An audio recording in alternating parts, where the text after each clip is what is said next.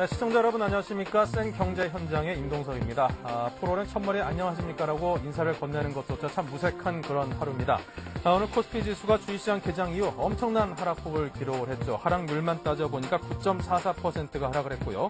하락폭은 126.5포인트가 하락해서 1213으로 장을 마감을 했습니다. 하락률 기준으로 사상 최대치가 아닌 사상 세 번째라고 하는 엄청난 그런 하락률을 기록을 했는데요. 아마도 오늘 시장에 참여한 대부분의 투자자들은 패닉 상태에 가까운 그런 혼란과 공포를 느낀 그런 하루가 아니었을까 싶습니다. 자, 이렇게 주식시장만큼이나 그 외환시장도 상당히 복잡했었습니다. 환율도 133원이나 폭등을 해서 좀 진정되는가 싶었던 외환시장도 역시 폭탄을 맞은 듯한 그런 혼란스러운 모습을 보이고 있습니다. 자, 그리고 정치권 역시 굉장히 시끄럽네요. 쌀 소득 버전 직불금 부정수령 파문이 정치권에 굉장한 파문을 일으키고 있는데, 이와 관련해서 서울 충남에서는 쌀 직불금 논란으로 인한 규탄 집회도 열렸고요. 그리고 쌀값을 보장해달라는 그런 촉구 투쟁도 열렸다고 합니다. 이래저래 정치권이나 경제계나 모두가 다 혼란스러운 요즘 시기가 아닐 수 없습니다. 자, 그리고 요즘 들어서 이 정치권에 이런 그 혼란이 불어닥친 것과 또 반대로 이 소비에도 양극화가 일어나는 모양입니다. 이게 아주 저렴한 물건들만 찾아다니면서 어렵게 소비하는 분들이 있는가 하면은 프리미엄 진과 같이 굉장히 비싼 물건들은 오히려 또 잘 팔리는 그런 성향도 있다고 하는데요. 그 문제도 함께 알아보도록 하겠습니다. 자, 그렇다면 먼저 오늘 여러 가지 그 경제 상황에 대해서 먼저 연결을 해봐야겠죠. 자, 실물 경제 위기까지도 현실화되고 있는 요즘 현실은 정말 염려스러운 그런 상황이 아닐 수 없을 텐데요. 자, 구체적인 상황을 서울경제신문 국제부의 김정곤 기자와 이야기를 나누겠습니다. 안녕하십니까? 네, 안녕하십니까? 네. 자, 오늘 글로벌 증시가 동반 폭락을 했습니다. 다우존스 지수가 1987년 블랙먼데이 이후에 가장 큰 하락률을 기록을 하면서 사흘 만에 다시 8,500선으로 밀려나기도 했었는데요. 아시아 증시 역시 큰 폭으로 하락을 했습니다. 네, 그렇습니다. 전일 유럽 증시에서 시작된 글로벌 증시의 급락 도미노는 미국을 거쳐 다시 아시아 시장으로 이어졌습니다. 일본 니케이 지수가 11.41% 폭락한 것을 비롯해 아시아 각국 증시가 동반 급락했습니다. 일본 증시는 매수세가 실종된 가운데 소니와 도요타 등 경기에 민감한 수출 관련 주가 급락하며 지수 하락을 주도했습니다. 중앙은행인 일본은행이 시장의 패닉을 막기 위해 6천억 엔의 긴급 자금을 풀었지만 증시의 폭락을 막지는 못했습니다. 네. 자, 이 경기 침체에 대한 우려는 이제 누구나 다 인식을 하고 있는 그런 상황인 것 같습니다. 자, 그에 대해서 이 경제 전문가들의 시각은 어떻게 유지가 되고 있나요? 네, 경제 전문가들은 미국은 물론 유럽연합, 영국 등 주요 국가들이 사실상 경기 침체 국면에 진입한 것으로 보고 있습니다.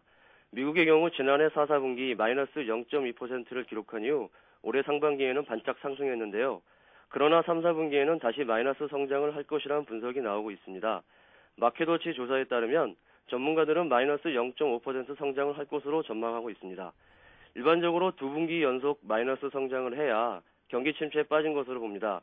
하지만 지난해 서브프라임 사태가 터진 이후 신용경색 그리고 은행들의 연쇄 부도에 이르기까지 미국 경제는 이미 응급실에 실려온 중환자 상태라는 것이 전문가들의 지적입니다. 각국 정부의 구제금융 공조로 환자의 의식은 깨어났지만 정상적인 활동을 하기에는 적지 않은 시간이 걸릴 것이라는 분석입니다. 실제로 미국이라는 환자의 건강검진 기록표라고 할 수 있는 경제지표를 보시면 그 심각성을 알 수 있습니다. 전일 미국 상무부가 발표한 9월 소매 판매는 1.2% 감소해 월간 기준으로는 3년 만에 가장 큰 폭으로 떨어졌습니다. 또 소매 판매가 3개월 연속 감소한 것도 지난 1991년 이후 17년 만에 처음입니다. 경기 불황으로 주머니가 가벼워진 소비자들이 지갑을 닫고 있다는 얘기입니다.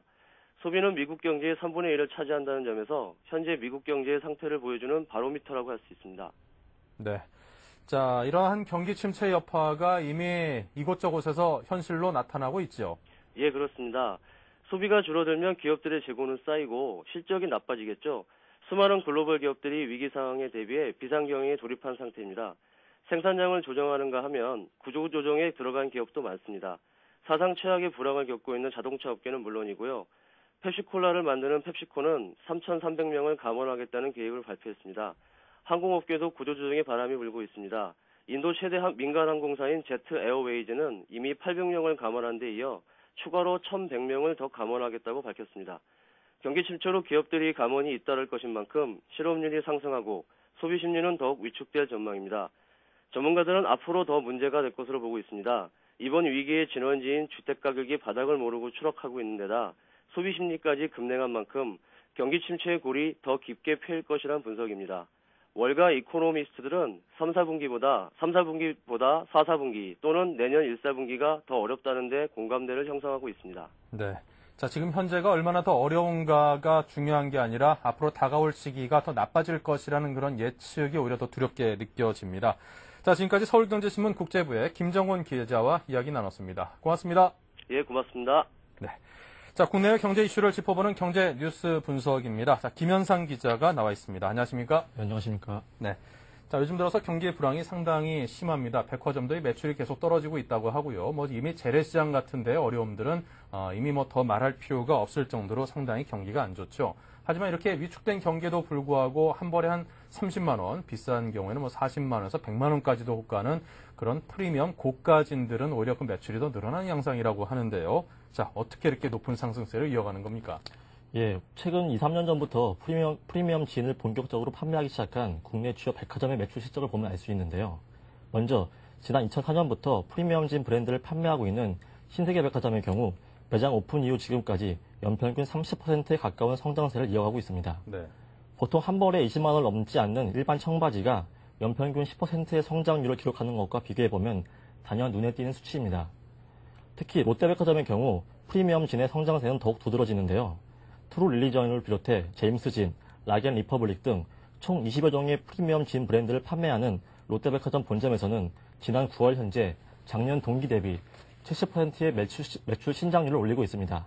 특히 지난 3일부터 10일까지 열흘간 진행된 가을 세일 기간 동안에는 매출 신장률이 무려 56%에 달할 정도로 소비자들의 반응이 뜨거웠습니다. 이 밖에 갤러리아 백화점과 현대백화점 역시 매년 20%를 넘는 성장세를 이어가고 있고 온라인 쇼핑몰과 해외 구매 대행 사이트에서는 1년 새 프리미엄진의 판매가 2배가량 늘었습니다. 네. 자, 이 프리미엄진 한 벌에 한 30만 원, 40만 원 정도 호가한다고 하는데 사실 그 일반적으로 우리 젊은이들이 많이 입는 그 일반적인 브랜드의 청바지조차도 제가 가격대를 보니까 한 12, 3만 원 정도가 가장 평균적인 그 가격대이더라고요. 저는 사실 그것만 놓고 봤을 때도 일반적으로 월급쟁이들이 봉급 생활할 때 봉급을 딱 받을 때 세금이고 뭐고 다 떼고 받으면은 한 실소비 수령액이 한 50만 원 정도 만약에 된다라고 가정을 했을 때, 야, 이게 바지 한 벌이 월 소득의 20분의 1 정도가 돼버린다라고 이게 애 키우고 살 수 있는 이 정도가 될까?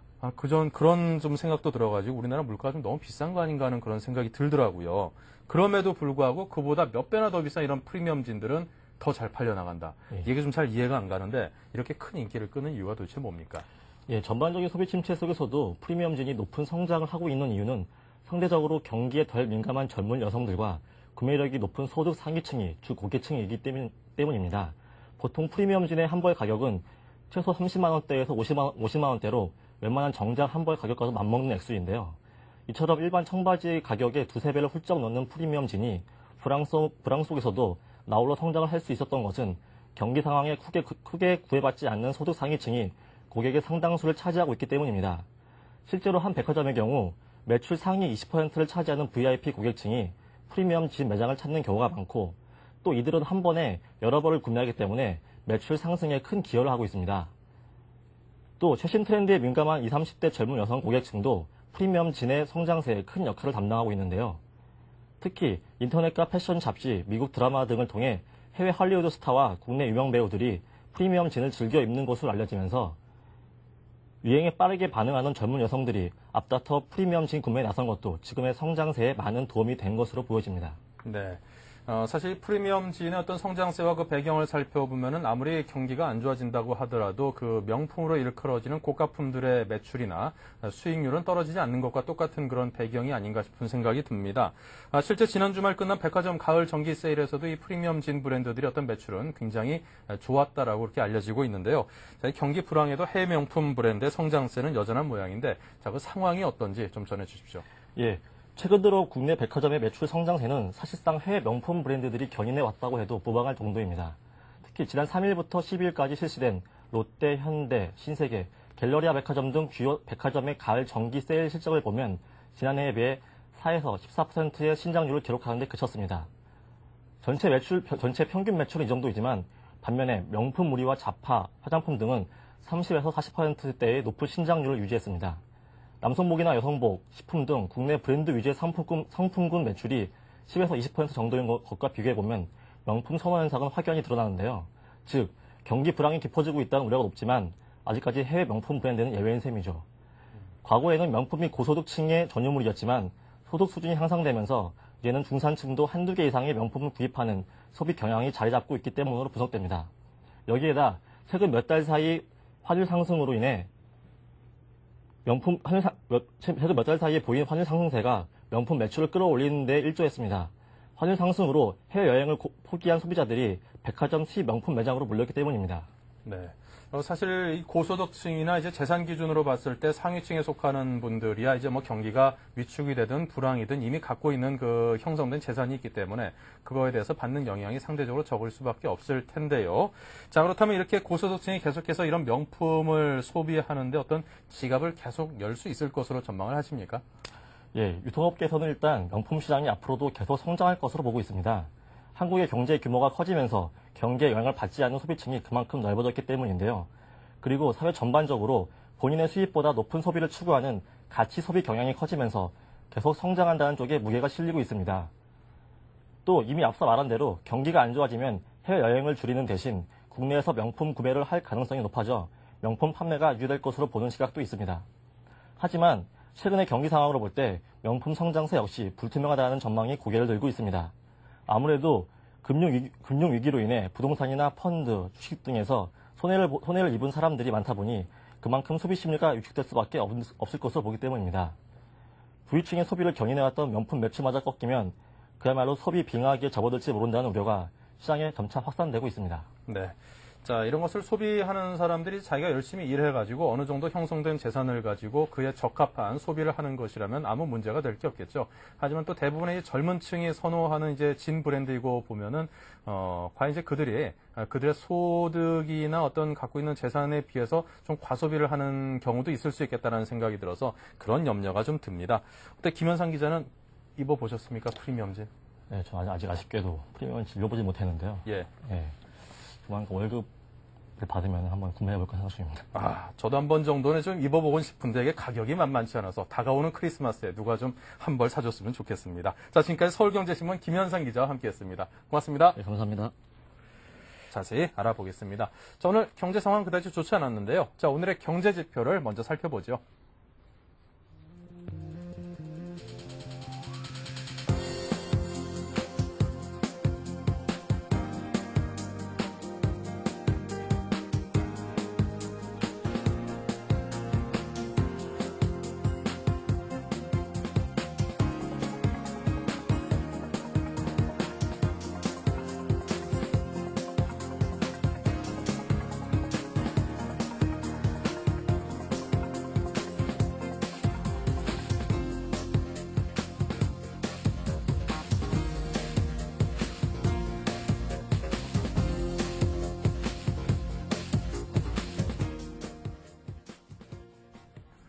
네, 원달러 환율도 굉장히 큰 폭으로 올랐고요. 반대로 우리 증시는 큰 폭으로 하락을 했습니다. 폭락이라는 표현이 더 맞겠죠. 자, 조금 전에 말씀을 드렸었죠. 쌀 소득 보전 직불금 문제에 대해서 좀 더 자세히 알아보겠습니다. 서울경제신문 정치부에 임세원 기자 나와 있습니다. 안녕하십니까? 예, 국회에 나와 있는 임세원 기자입니다. 예, 조금 전에 안 계셔서 제가 깜짝 놀랐습니다. 당황했습니다. 네, 이 고위공직자에 이어서 오늘은 국회의원 3명의 쌀 직불금 수령 사실이 확인됐다죠? 예, 그렇습니다. 쌀 보전 직불금을 받은 현역 의원은 한나라당 김성애, 김학영 의원입니다. 경기도 화성이 지역구인 김성애 의원은 화성시 안석동에 농지를 가지고 있습니다. 이 농지에서 쌀 직불금 제도가 시작된 2005년부터 3년간 매년 60만 원씩 받은 것으로 확인됐습니다. 김 의원은 자신의 농지에서 어머니와 사촌형이 대신 농사를 짓고 있는데 땅 주인이 신청하면 지원금이 나오는 줄로 잘못 알고 있었다고 해명했습니다. 안성이 지역구인 김학용 의원도 안성 양기리에 있는 자신 명의의 농지에서 3년간 30만 원씩 직불금을 받았습니다. 김 의원은 직불금을 받았지만 실제 농사를 짓고 있는 부친의 부탁으로 신청했다고 말했습니다. 대전 중구가 지역구인 자유선진당의 권선택 원내대표도 본인이 직접 받지는 않았지만 아버지가 신청해 직불금을 타간 것으로 밝혀졌습니다. 네. 자, 그렇다면 이들의 쌀 소득 보전 수령이 왜 문제가 되는 건지 그 제도와 함께 좀 자세히 설명을 부탁드리겠습니다. 네, 이 문제를 감사한 감사원은 공직자나 국회의원이 쌀 보전 수령액을 타간 진짜 이유는 양도소득세 중과를 피하기 위해서라고 보고 있습니다. 실제로 직불금의 평균 액수는 2006년 기준으로 130여만 원 정도에 불과하기 때문입니다. 따라서 정치권에서는 공직자 국회의원들이 그 정도 돈을 보고 불법까지 저지르지는 않았을 것이라고 보고 있습니다. 오히려 농지를 소유만 하고 농사를 짓지 않으면 농지를 팔 때 양도세를 중과받게 되는데 이런 상황이 발생했을 때 원래 농사를 짓는 사람만이 받을 수 있는 직불금을 탔다는 것은 실제 농사를 지었다고 주장할 근거로 쓸 수 있습니다. 이 때문에 공직자와 국회의원들이 불법을 감수하고 보전금을 타간 것으로 보입니다. 네, 그러니까 결국에는 어떤 그 부동산 투자하고 관련을 지어서 이 사안을 바라볼 수밖에 없겠군요. 예, 그렇습니다. 네, 그리고 사실 뭐 이런 일이 생길 때마다 그 자꾸 이제 부모님이 나 대신에 이렇게 신청해가지고 뭐 돈 받았다 이런 식으로 자꾸 이런 식으로 좀 변명을 하는 것은 그다지 온당치 않아 보인다는 생각도 들고요. 설사 부모님이 이제 신청을 했다 하더라도 뭐 주민등록상에 같이 이게 돼 있지 않은 경우는 엄연히 불법이라고 하는 얘기도 있더라고요. 자, 그렇다면 이제 직불금 편법 수용자가 나온 한나라당도 그렇지만요. 이 문제가 참여정부 시절부터 시작이 됐다라고 알려지고 있고 그렇다라고 하면 야당인 민주당조차도 자유롭지 못한 문제일 듯 싶은데 이 양당의 반응이 어떻습니까? 네, 쌀 직불금을 받은 현역 의원들이 일부 드러나면서 정치권은 몸을 낮춘 상태입니다. 어제까지 상대당을 강하게 비난하던 자세에서 한 발 물러나 정확한 진상조사와 직불금 환수 조치를 강조하고 있습니다. 여야 모두 쌀 직불금 논란에서 완벽하게 자유롭지 않다는 판단에 따른 것으로 보입니다. 홍준표 한나라당 원내대표는 오늘 오전 최고위원회의에서 직불금을 받았다는 이유로 모든 공직자들을 마녀 사냥식으로 몰아가서는 안 된다고 밝혔습니다. 실제로 해당 지역에 거주를 하고 가족들이 농사를 짓는 경우까지 직불금을 받았다는 이유로 불법이라고 몰고 가서는 안 된다고 밝혔습니다. 홍준표 원내대표는 특히 직불금 제도가 시작된 2005년부터 예산이 얼마나 부당하게 집행됐는지 모두 조사해 잘못 지급된 것은 환수토록 할 것이라고 강조했습니다. 민주당은 국정조사 특위를 구성해 쌀 직불금 문제를 철저히 밝힐 것을 요구했습니다. 원혜영 민주당 원내대표는 쌀 직불금 수령은 여야나 정권 차원의 문제가 아니라 원칙과 도덕의 문제라고 강조했습니다. 특히 한나라당이 제안한 쌀 직불금 진상조사 특위를 국정조사 특위로 한 단계 격상해 구성할 것을 야 3당이 합의했다며 이를 위한 여야 원내대표 회동을 제안했습니다. 네. 자, 이 문제를 촉발시킨 장본인이죠. 이봉화 보건복지가족부 차관에 대해서 검찰이 수사를 착수했다는데 앞으로 전망이 어떻게 되겠습니까? 예, 검찰이 오늘 오전 이봉화 보건복지부 차관의 쌀 소득보전 직불금 부당 신청 의혹에 대한 수사에 착수했습니다. 서울중앙지검은 민주노동당이 이 차관을 사기 미수와 공무집행 방해 혐의로 고발한 사건을 1차장 검사 산하 형사 1부에 배정했다고 밝혔습니다. 검찰 관계자는 민노당이 제기한 의혹 사건을 공무원 범죄를 전담하는 형사 1부에 배당했으며 원칙과 절차에 따라 수사를 진행하겠다고 말했습니다. 이에 대해 민주당은 이봉화 차관의 즉각 사퇴를 요구하는 동시에 검찰 수사를 전체 대상 공직자로 확대할 것을 주장하고 있습니다. 네. 자, 앞으로 이 문제가 상당히 작지 않게 커질 그런 염려가 상당히 크다라는 생각이 드는군요. 엄정하게 잘 처리됐으면 좋겠습니다. 임세영 기자 고맙습니다. 네, 감사합니다. 네. 자, 이어서 오늘의 증시 마감 상황을 알아보겠습니다. 오늘 굉장히 큰 폭의 폭락이 있었는데요. 오늘 증시 마감 시황 그만큼 중요한 듯 싶습니다. 서울경제신문 증권부의 박혜욱 기자 나와 있습니다. 안녕하십니까? 네, 안녕하세요. 박혜욱입니다. 네, 오늘 지수가 폭락을 했죠. 예, 그 코스피 지수가 전날보다 더 큰 폭으로 급락했습니다. 16일 코스피 지수는 전날보다 126.50포인트 내린 1213.78포인트의 장을 마쳤습니다. 역사상 최대 하락폭인데요. 오전 9시 6분에는 프로그램 매도 호가 효력을 정지하는 사이드카가 올해 들어 8번째로 발동되기도 했습니다. 외국인이 6,364억 원에 달하는 매도 물량을 쏟아낸 가운데 투신 역시 손절매 물량으로 추정되는 337억 원을 순매도하며 낙폭을 키웠습니다. 반면 개인은 5,715억 원 사들이며 단기반 등을 노린 저가 매수에 나섰고 연기금 역시 1,405억 원 순매수를 기록했습니다. 이틀 전 급락하며 안정 기대감을 높였던 지수가 연이틀에 걸쳐 큰 폭으로 하락하자 시장의 공포 분위기가 형성되는 모습입니다. 네. 자, 이렇게 뭐 하락폭으로는 최대 폭이고 하락률로 따져봤을 때는 이제 제 기억에는 2001년 9월 12일이었죠. 9.11 테러 바로 그 다음 날 이제 뭐 엄청난 일이 벌어지는구나 하면서 12%가 넘게 폭락을 한 게 이제 하락률로는 최대치인데 사실 세 번째라고 하는 정도의 하락률이라고 하면 뭐 그 못지않게 지금 시장 참여자들이 큰 충격을 받고 있다. 이렇게 풀이를 할 수 있을 것 같습니다. 자, 이렇게 큰 폭으로 빠진 이유를 어디서 찾을 수 있겠습니까? 네, 무엇보다 이제 미국 증시 폭락을 꼽을 수 있겠습니다. 미국 다우지수는 전날 역사상 두 번째로 큰 낙폭을 기록하면서 8,500선 밑으로 추락했는데요. 미국 경제가 리세션, 즉 경기 후퇴 상황에 진입할 것이라는 우려감이 악재로 작용했습니다. 이에 따라 주식시장은 새로운 국면으로 접어들었습니다. 이전까지 글로벌 유동성 공급책이 발표되면 긍정적으로 반응하던 반등의 공식은 사라지고 그 자리를 실물경제 위축이란 대응 악재가 자리 잡기 시작했기 때문입니다. 이 밖에 원달러 환율은 또 다른 악재였는데요. 이날 원달러 환율은 안정세를 되찾을 것이란 시장의 기대를 무색해 할 정도로 급등했고 이 여파로 가뜩이나 어려운 투자 심리는 더욱 위축됐습니다. 네. 자, 특히나 이제 오늘 빠진 종목들을 보면은, 중소형주들이 빠진 것은 물론이고, 우리나라를 대표하는 그 업종 1위 기업이라든가, 대표적인 블루칩들의 하락폭도 상당히 크고, 일부 상당히 많은 종목들은 하한가까지 빠지는 그런 모습을 연출했기 때문에, 더더군다나 우리 그 투자자들이 바라보는 증시는 더 염려스러운 게 아닐 수 없습니다. 오늘 하락폭이 굉장히 대형주까지도 컸었죠.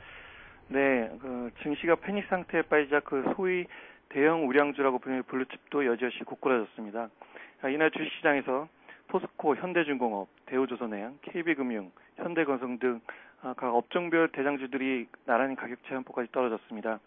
외국인과 투신에서 손절 물량이 대거 쏟아진 데 따른 것으로 풀이되는데요. 특히 S&P로부터 신용등급 하향 조정을 당한 은행 업종과 실물경기 침체에 따른 부정적 영향이 예상되는 건설업종의 상황이 좋지 않습니다. 전문가들은 은행업종에 대한 S&P의 부정적 평가가 다소 과하다는 느낌을 전하면서도 관련 종목에 대한 보수적인 접근을 요구하고 있습니다. 건설업종 역시 유동성과 관련한 악성 루머가 퍼지는 등 잠재적인 악재가 불거진 만큼 조심스러운 접근이 필요한 상황입니다. 네. 자, 이렇게 대형주의 하락세를 막기 위해서는 어떠한 조치들이 유효한 게 있을까요? 전문가들 역시 고민이 많은 상황입니다. 지금 벌어지는 경제 위기를 풀기 위해선 어떤 대안이 필요하냐는 질문에 전문가들도 선뜻 해답을 제시하지 못하고 있습니다. 그만큼 상황이 좋지 않다는 건데요. 어쨌든 정부 입장에서는 손을 놓고 있을 수만은 없는 상황입니다. 우선 경기 부양책을 생각해 볼 수 있습니다. 현재 시장엔 경기 부양 기대감이 충만한 상황인데요. 세금 감면, 부동산 경기 활성화, SOC 사업 투자 확대 등이 이어질 것으로 예상됩니다. 또한 급등세를 지속하고 있는 환율 시장이 방향성은 어쩔 수 없더라도 변동성만큼은 조속히 안정세를 되찾는 것도 선결돼야 할 부분으로 꼽힙니다. 다만 환율 안정화 및 구체적인 경기 활성화 방안이 나오더라도 현재 위기가 해결되기 위해선 적지 않은 시간이 필요할 것으로 전망됩니다. 네. 자, 어찌됐거나 이 증시의 어떤 하락세를 좀 진정시킬 수 있는 이런 금융위기의 불안을 잠재울 수 있는 그런 좋은 대책들이 많이 나와서 시장에 긍정적으로 작용을 해줬으면 좋겠습니다.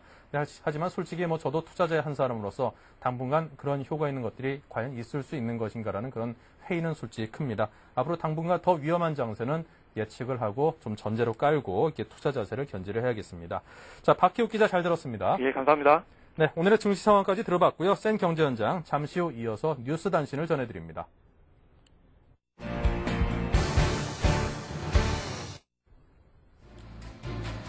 네, 오늘의 주요 뉴스입니다. 전광훈 금융위원장이 오늘 국회 국정감사에서 주식시장의 안정을 위해 증권거래세를 인하하는 방안을 검토하겠다고 밝혔습니다. 전 위원장은 이어 내년 자본시장통합법 시행은 예정대로 진행될 것이라고 말했습니다. 세계적 신용평가사인 무디스가 한국의 신용등급을 변경할 계획이 없다고 밝혔습니다. 무디스는 한국의 국가신용등급을 A2로 유지하고 있습니다. 두바이유 가격이 급락하면서 13개월 보름 만에 최저치로 내려앉았습니다. 15일 거래된 두바이유 현물 가격은 전일 대비 배럴당 5.16달러 급락한 68.59달러에 마감됐습니다. 미국 민주당의 버락 오바마와 공화당의 존 맥케인 후보가 미국 시간으로 15일 밤 3차 TV 토론을 갖고 양보 없는 난타전을 벌였습니다. 이번에도 경제가 핵심 이슈로 등장하면서 오바마 후보가 판정승을 거둔 것으로 평가됐습니다. 네, 센 경제장 잠시 후에요. 오늘 장의 분석과 내일 장의 전망 그리고 구체적인 종목별 투자 전략까지 전해드리는 증시전략센터를 이어가겠습니다.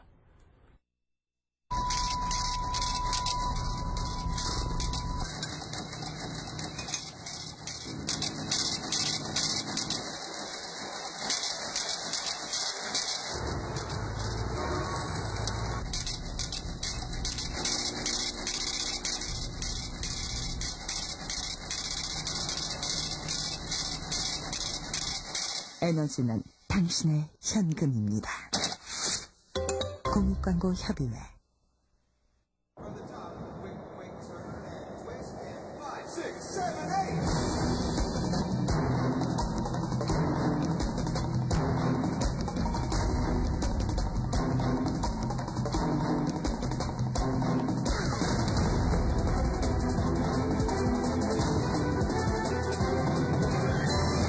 시선을 사로잡지 못한다면 라프마가 아니다. 당신은 라프마인가?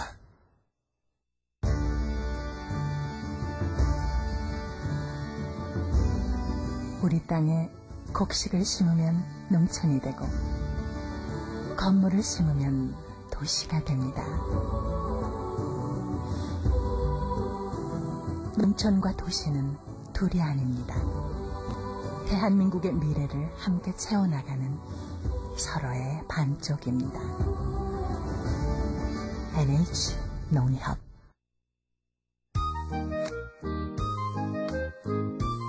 아유, 너무 이쁘네.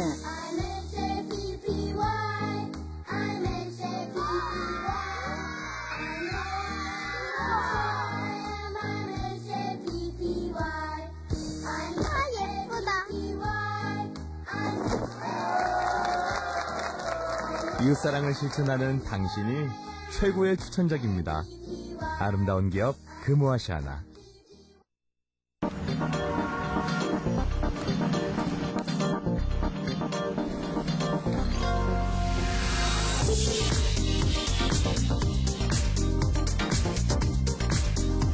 블룸버그 TV 국내 독점 채널 서울경제TV.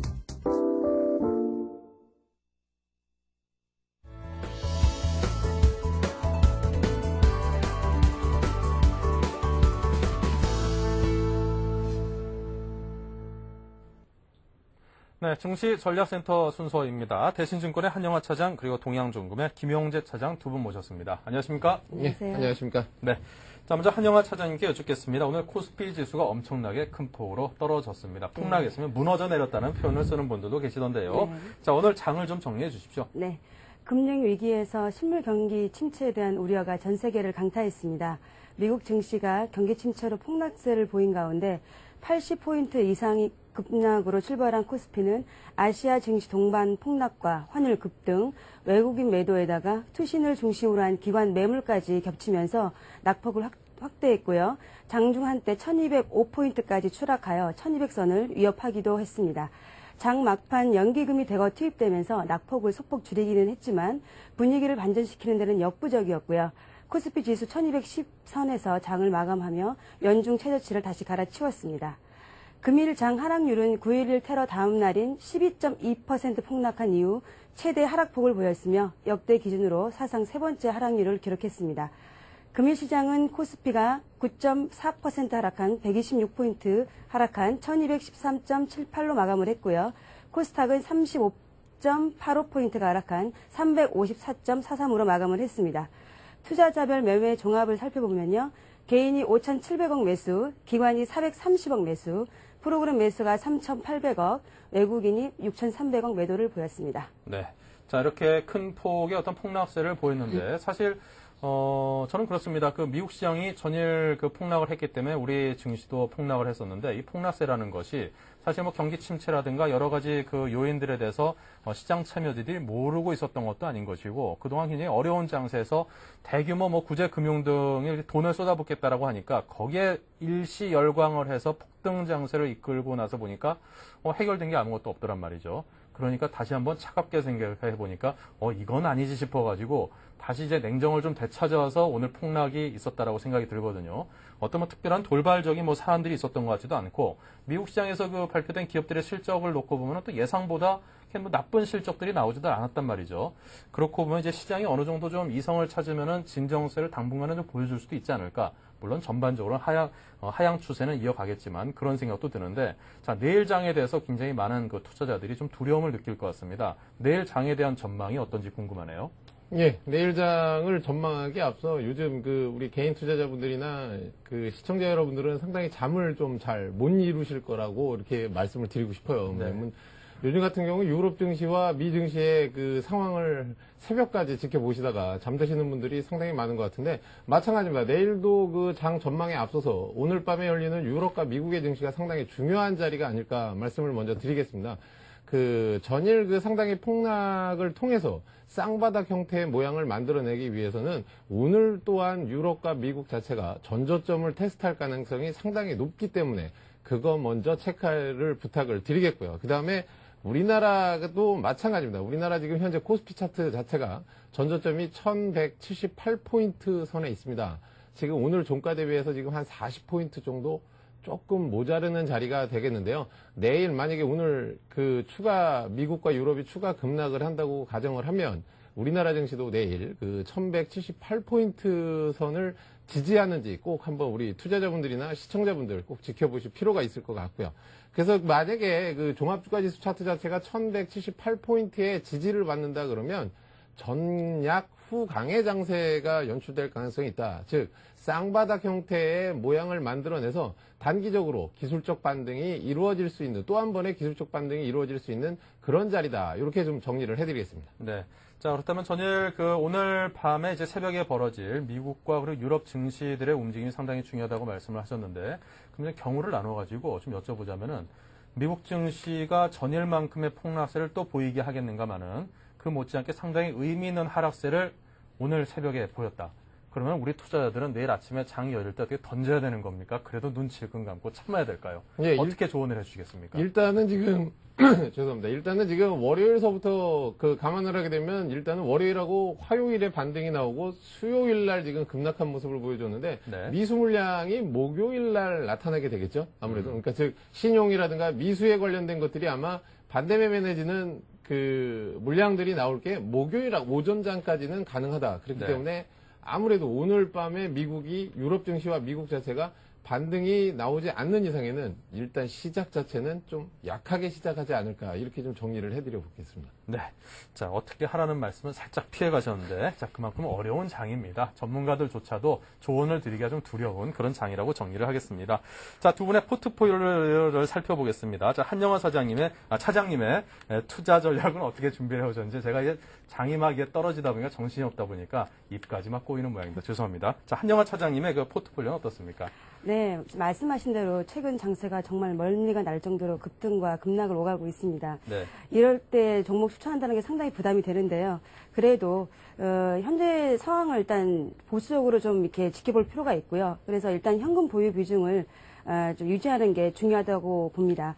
그래서 저는 현금 보유 비중을 40%, 삼성전기 30%, 삼성증권 30%로 구성을 해보았습니다. 네, 자 먼저 삼성전기에 대해서 한번 여쭤보겠습니다. 삼성전기 어떤 부분이 좋아 보이나요? 네, 첫 번째로는 경기 침체로 인한 최근 주가 조정으로 상반기 실적 부진에 따른 부정적인 요소가 이미 반영이 되었습니다.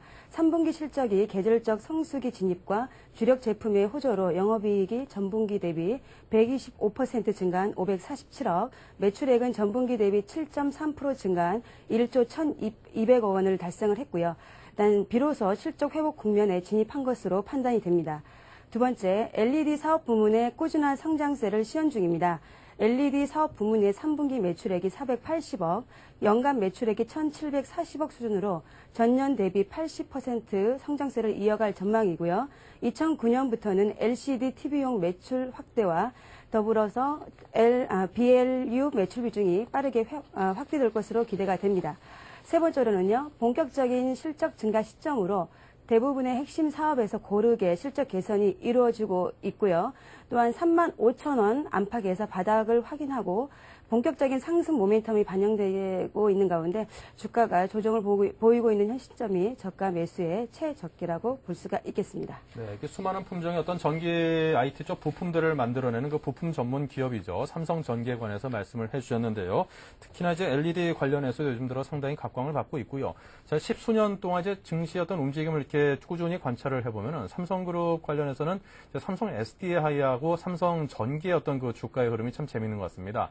삼성전기가 한 3, 4만 원대하고 그리고 한 8만 원에서 10만 원대 그 가스권으로 놓고 봤을 때 꼭 두 종목이 이게 진폭을 달리하면서 한 종목이 위에 올라붙어 있으면은 한 종목이 내려가 있는 그런 양상을 보이더라고요. 지금 현재 삼성 SDI가 한 8만 원대에 머물러 있는 것으로 기억을 하고요. 오늘 어떻게 됐는지 모르겠습니다만 삼성전기가 지금 3만 원대 바닥을 찍고 있는 것을 보면은 이 사이클 상으로 이게 좀 삼성전기가 또 이제 상승 사이클로 돌아설 때가 되지 않았나 괜히 그런 생각까지도 듭니다. 자, 삼성증권은 어떻습니까? 예, 삼성증권은 일단 주 포인트는 거래 대금의 증가입니다. 네. 증권사의 주 수입 원인 주식시장 일평균 거래 대금이 지난 8월 중 최저 5조 원을 저점으로 거래 대금이 증가하고 있습니다.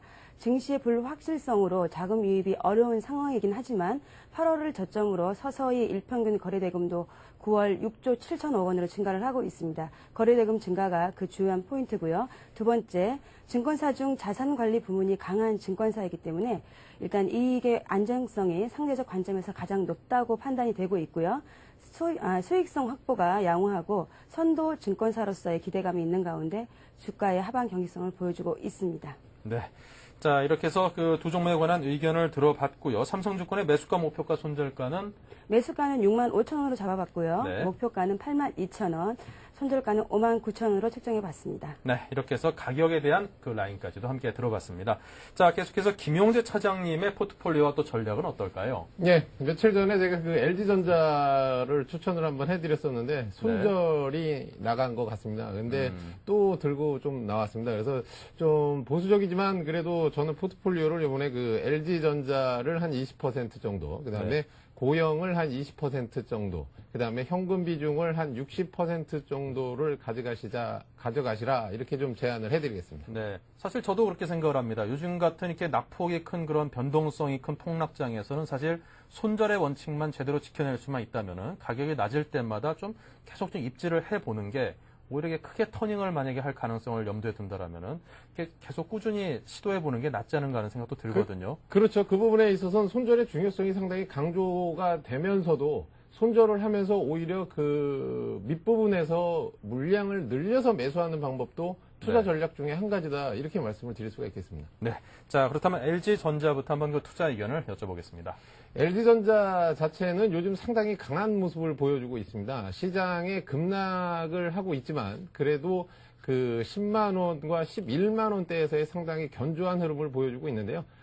그 의미는 그 어떻게 보면은 이런 급락장 속에서 지켜진다는 의미는 바로 외국인에 좀 들 수가 있어요. 그러니까 즉 공매도 금지와 그다음에 환율, 수출주로서의 환율의 그 수혜를 충분히 받고 있다. 그 부분을 그 강조해서 먼저 말씀을 드리겠고요. 그다음에 3, 4분기 실적 자체도 지금 그 영업이익 자체가 5,500억 원 정도가 예상이 되고 있는데 2, 4분기 영업이익이 8,800억 정도 됩니다. 물론 전분기 대비 상당히 큰 폭의 그 영업이익률이 줄어들었지만 그래도 그 지금 이런 악조건 속에서의 그런 실적이라는 거는 좀 그 가격 조정 자체가 좀 그동안에 과했다, 이렇게 좀 얘기들을 많이 하고 있습니다. 그다음에 또 한 가지 말씀을 드리면 요즘 지금 화두가 되는 이 오즈폰, 그 오즈폰 자체의 판매가 상당히 급증을 하고 있다는 점. 네. 그래서 핸드폰 부분은 그 계속 두 자릿수의 성장세가 지금도 이루어지고 있다는 점을 좀 강조해서 말씀을 드리겠고요. 그 다음에 가전 부분이 좀 문제인데요. 가전 부분하고 디스플레이 부분이 상당히 조금 부진이 아직도 예상이 되는 상태입니다. 하지만 전일에도 그 LG 디스플레이 그 사장님이 대표이사께서 발표를 했죠. 네. LG 디스플레이는 그럼에도 불구하고 그 디스플레이 부분에 더 추가를 해서 그 설비 자체를 더 늘리겠다, 투자를 더 적극적으로 하겠다는 얘기가 나오고 있기 때문에 LG전자도 어떻게 보면 디스플레이 부분이 지금 현재는 안 좋을지 모르지만 향후에는 좀 더 좋은 모습을 보여주지 않을까, 이렇게 예상이 들고요. 그 다음에 PDP 부분에 대한 그 구조조정도 예정이 돼 있기 때문에 그 부분에 대해서도 어떻게 보면은 그 성공적인 구조조정이 되지 않을까, 이렇게 좀 예상을 하고 있기 때문에 LG전자를 다시 한번 좀 추천을 해드리겠습니다. 네. 그래서 지금 그 가격대가 좀 빠졌는데요. 제가 그 말씀을 드리면 일단 직전 저점 부근이기 때문에 제가 생각하기에는 오늘 저점을 형성한 9만 한 2천 원대, 9만 원대 초반대에는 충분히 매수가 가능하신 자리고요. 그 다음에 이익 실현 가격은 12만 원대, 즉 121선이 흐르고 있는 12만 원대의 목표 주가를 좀 제시해 드리겠고요. 손절은 마찬가지로 그 직전 저점인 9만 원이 하회할 시에는 손절을 좀 제시해 드리겠습니다. 네. 하지만 이렇게 폭락장에서 어떤 매수 관점으로 접근을 하실 때는 손절의 원칙을 꼭 지켜나가시길 바랍니다. 자, 다음은 고영에 대해서 궁금한데요. 예, 고영이라는 종목은 코스닥에 있는 종목입니다. 뭐 등록한 지 실상적으로 얼마 안 됐지만은 그 다들 좀 잘 모르실 거다 이렇게 좀 말씀을 드리고 싶은데 올해서부터 사실은 그 대우증권 애널리스트 쪽에서, 그러니까 대우증권 리서치 센터 쪽에서 상당히 좀 많이 추천을 좀 많이 했던 종목인데요. 좀 업종을 먼저 말씀드리면 3D 검사 장비 전문 제조업체입니다. 즉, 그 반도체라든지 PCB, 그러니까 그 회로기판이죠. 거기에 그 납땜을 하는 것들을, 그 납땜이 상당히 중요한데 그 부분을 그 3D로 검사를 할 수 있는 그런 장비를 생산해내는 업체입니다. 기존에는 2D, 즉 평면상의 그 검사를 통하기 때문에 상당히 그 부정확하고 손이 많이 갔던 일인데, 고영이라는 회사가 그 3D 장비, 즉 입체 화면으로서 그걸 검사하다 보니까 아무래도 더 정확하고 그다음에 그 확실한 어떤 불공정률을 좀 줄여나갈 수 있는 그런 거를 이제 검사하는 장비를 만들다 보니까 상당히 기술력 부분에서도 인정을 받고 있고, 그 기술력이 인정되다 보니까 당연히 매출로 이어집니다. 그래서 그 2004년 이후서부터 2004년, 2005년, 2006년, 2007년, 2008년, 5년 내내 매년 50%대의 아주 고성장 매출을 계속 기록하고 있으며, 그다음에 올해 영업이익 자체도 2, 4분기는 91억 원 정도의 영업이익을 올렸고, 그다음에 3, 4분기도 지금 11월 초쯤에 그 실적이 발표될 예정인데 영업이익이 지금 100억대 이상을 예상을 하고 있습니다. 그렇기 때문에 여러 가지 문제가 또 있는데, 물론 이런 질문을 하실 수가 있습니다. 시청자분이나 투자자분께서 이 고영은 그럼 키코 손실, 요즘 코스닥이 아주 키코 때문에 아주 난리지 않습니까? 근데 고영은 다행히도 키코에서 벗어나 있다. 즉 키코에 관련된 손실이 전혀 없다. 그렇기 때문에 그것 또한 메리트가 아닐까, 이렇게 좀 말씀을 드리겠습니다. 이래저래 상당히 기술력 있고 알찬 그런 기업에 대해서 소개를 해주셨습니다. 고영, 좀 더 공부를 많이 해보도록 하겠습니다. 자, 이렇게 해서 두 분의 어떤 도움 말씀을 들었습니다. 김용재 차장님과 한영화 차장님의 말씀을 들었는데요. 오늘 도움 말씀 고맙습니다. 네, 잠시 전하는 말씀 듣고 센 경제 진단 이어가겠습니다.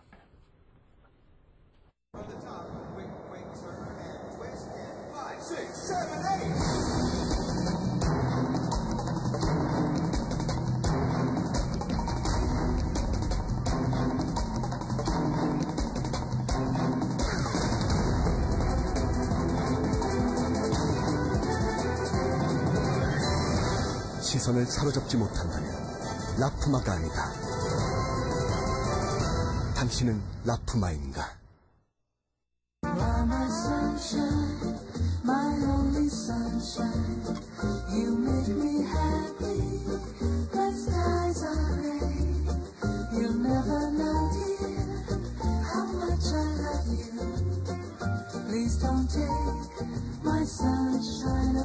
당신이 무엇을 꿈꾸든 그 꿈을 담겠습니다.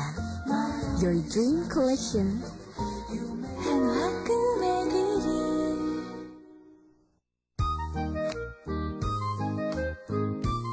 아유, 너무 이쁘네.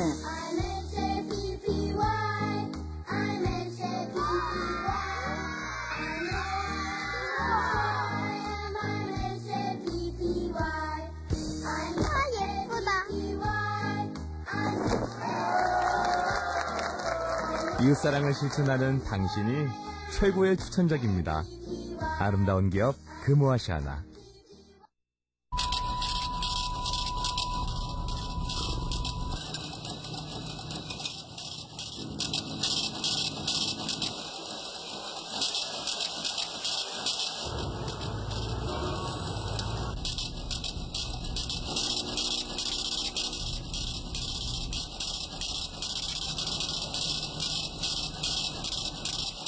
에너지는 당신의 현금입니다. 공익광고협의회.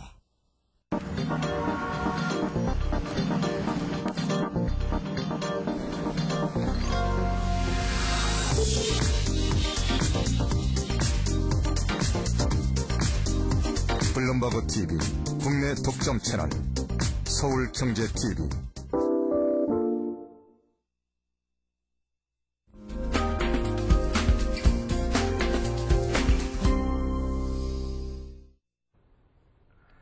네, 이번 순서는 전문가와 함께 시장 상황을 보다 전문적으로 심도 있게 분석해보는 시간입니다. 센 경제신단 시간인데요. 서울경제신문 김인모 논설위원과 함께 이야기를 나눠보겠습니다. 안녕하십니까? 네, 안녕하세요. 네.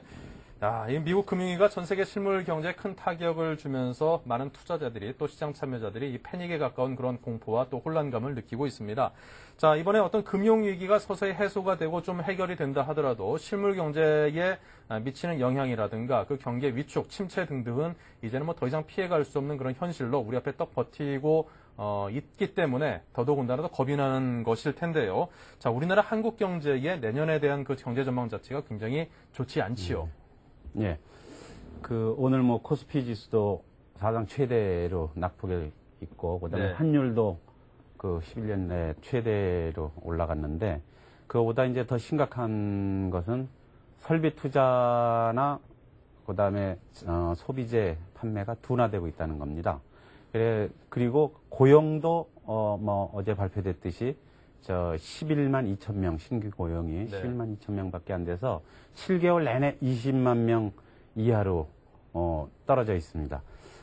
지표들이 이런데 그러다 보니까 정부는 내년도 예산을 내놓으면서 4.8에서 5.2% 정도 성장하지 않겠냐 이렇게 내다봤는데 민간 연구소들은 대부분이 3% 수준밖에 안 될 것이다. 3%대밖에 그렇게 얘기하고 있습니다. 이성태 한국은행 총재가 최근에 경제 성장률이 4% 아래로 떨어지는 게 한 몇 분기 동안 계속될 거다. 이렇게 우려를 나타냈는데요. 결국 추세적으로 보면 지난해 5%대, 올해 4%대, 내년에는 3%대로 경기 둔화세가 확연하게 드러나고 있는 셈입니다. 네. 자, 이렇게 경기 침체가 계속될 것은 이제 뭐 거의 기정사실화 되고 있는데요. 자, 이렇게 경기 침체가 지속될 것으로 보는 주 요인이 무엇인지도 궁금하고요. 자, 그렇다면 또 가장 모든 부분이 물론 염려스럽겠습니다만은 그 가운데서 가장 우려되는 부분은 어떤 부분인지 짚어서 설명해 주시기 바랍니다. 많은 분들이 알다시피 우리나라 경제는 이제 소규모 개방 경제 체제이기 때문에 대외 의존도가 다른 나라보다 상당히 높습니다. 네. 이게 취약점이죠. 대외 의존도가 한 70% 정도 되고 있는데요. 그동안에는 투자나 소비가 부족하더라도 수출로 그게 이제 보완이 됐었는데 최근에 수출 증가율이 낮아지고 있습니다. 그 이유는 다 알다시피 선진국이 경기 침체가 예상되고 또 중국도 지금 경기 침체 얘기가 나오고 있거든요. 그러다 보니까 우리는 직접적인 영향을 받을 수밖에 없습니다. LG경제연구원이 발표한 데 따르면은 올해 수출 증가율이 20.3%로 예상된다고 그러는데요. 내년에는 8.9%로 아주 급격하게 떨어질 것이라는 전망입니다. 절반 이하군요. 네, 그렇죠. 그러다 보니까 이 연간 무역 수지도 외환위기가 있던 97년 이후에 처음으로 이제 적자가 예상되고 있습니다. 물론 이제 유가가 하락하고 있고 또 연말에 해외 수요가 좀 증가하는 추세이기 때문에 4, 4분기부터는 이제 경상수지가 흑자로 돌아선다는 게 정부 측 얘기입니다. 그래도 올해 이제 경상수지가 한 100억 달러 적자가 날 건데요. 수출이 감소가 되면 경상수지 적자가 쌓이고 그러면은 금융 쪽에 유동성이 부족해지고 그러면은 심지어 부동산 가격까지 폭락하고 자산 가격이 폭락하면은 다시 이제 소비가 악화되고 또 생산 부분에도 영향을 미치는 그런 악영향이 이제 악순환이 될 건데요. 한국 경제는 금융도 금융이지만 실물 부분이 더 위기가 아니냐, 더 심각하지 않냐 이런 지적을 하는 분들도 많습니다. 네, 이 실물 경기의 위축이나 금융의 위기나 어떤 것이 더 중요하지 않다, 중요하다라고 따지는 것 자체가 사실 무의미할 만큼 우리 경제 또 우리 생활에 미치는 영향은 굉장히 크지요. 어쨌거나 두려운 마음이 굉장히 드는데요. 더더군다나 요즘 들어서 이제 앞으로 더 큰 문제로 발생을 할 것이다라고 예상이 되는 부분이 바로 우리 일반 서민들이 지고 있는 빚, 이 가계부채 문제가 아닌가 싶습니다.